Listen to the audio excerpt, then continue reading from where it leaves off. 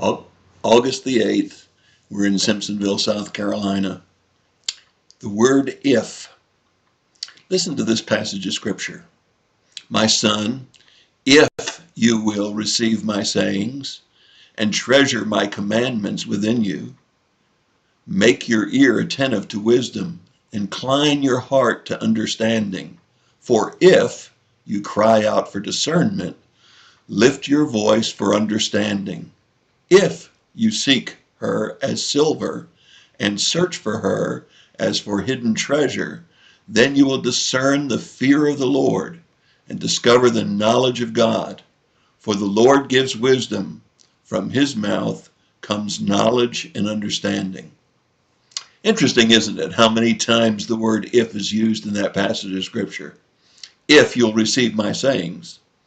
Well, we can understand what God says, but do we receive them? If we'll receive them. Then it goes down and says, if you cry for discernment, that is, if you really want God's discernment, if you really want it. Then it says, if you seek her, that is, if you seek that wisdom and discernment, you lift your voice and ask for the understanding. Then it goes on and says again, if you seek her as silver, that is, if you seek God's wisdom and understanding and you abide by his commandments, if you do those things like it was silver, like it was something of real value, then you'll discern the fear of the Lord. Now that's interesting, isn't it? We'll discern the fear of the Lord, a reverence for what he can do or what he can't do if we'll not be obedient to him.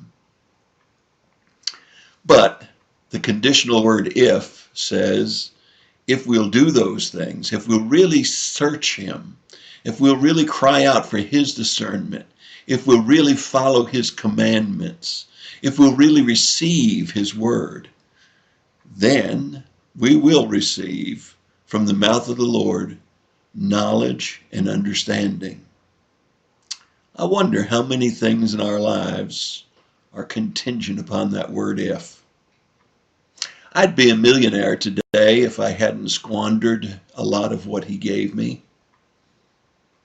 I'd be a lot healthier and a lot thinner if I followed the proper dietary principles. And I would certainly be much better off if I had always lived and treasured his commandments and been attentive to his wisdom and had an awe and a reverence, a fear, if you will, of the Lord and what happens when we don't obey him. Today, every time you run into a new situation, you may want to ask yourself that question. If. Will I take the if? Will I be obedient to him? Will I treasure his commandments within me?